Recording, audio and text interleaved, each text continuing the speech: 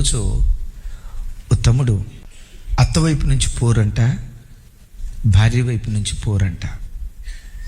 రాచి రంపాన పెట్టేదట భార్య.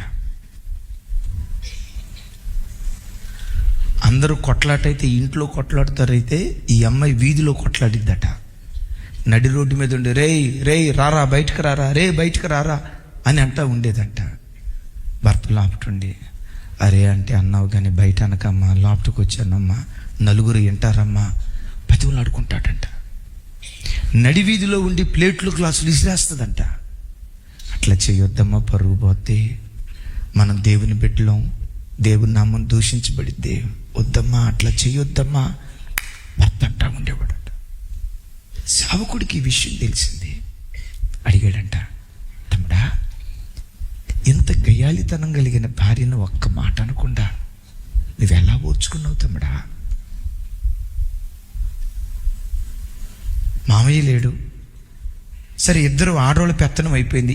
ఈయన అన్నారట, ఇద్దరిది ఆడవాళ్ళ పెత్తనం అయిపోయింది, వాళ్ళిద్దరూ కలిసి నిన్నంత హెరాస్మెంట్ చేస్తూ ఉంటే అసలు నువ్వు ఎట్లా ఓర్చుకున్నావు తమ్ముడా అంటాడంట.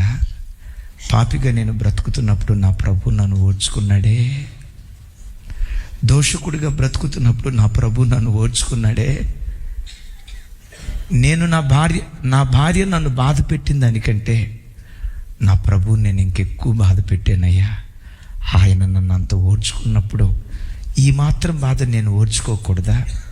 ఆ ఓర్పు సహనం సిలువ దగ్గర నేను నేర్చుకున్నాను అన్నాడట.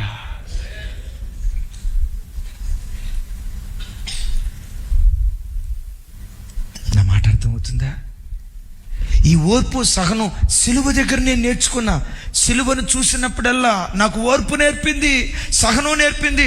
దోషణకు ప్రతిదోషణ చేయకుండా, కీడుకు ప్రతి కీడు మాట్లాడకుండా, స్పందనకు ప్రతిస్పందన లేకుండా ప్రతి దాన్ని సహించి భరించి ఓర్చుకునే ఆ శక్తి సిలువ నాకు నేర్పింది. నీకు రోషం ఎక్కువ ఉందంటే, నీకు కోపం ఎక్కువ ఉందంటే, ఒక్క మాట అంటే ఓర్చుకోలేని తత్వం నీకుందంటే, తల్లి మీ నాన్నగా చెప్తున్నా, సింహాసనం మీద నువ్వు కూర్చున్నావు, నీ యేసయ్యను సిలువకి ఎక్కించావు. నా కోపం చంపుకుంటా యేసయ్యా, నా తొందరపడుతనం చంపుకుంటా యేసయ్యా, సహజ సిద్ధంగా మనిషికి ఉండే అహాన్ని చంపుకుంటా యేసయ్యా అని నీవు సిలువకి ఎక్కితే నీ హృదయపు సింహాసనం మీద యేసుక్రీస్తు వారు ఆసీనులై నిన్ను పరిపాలన చేయటం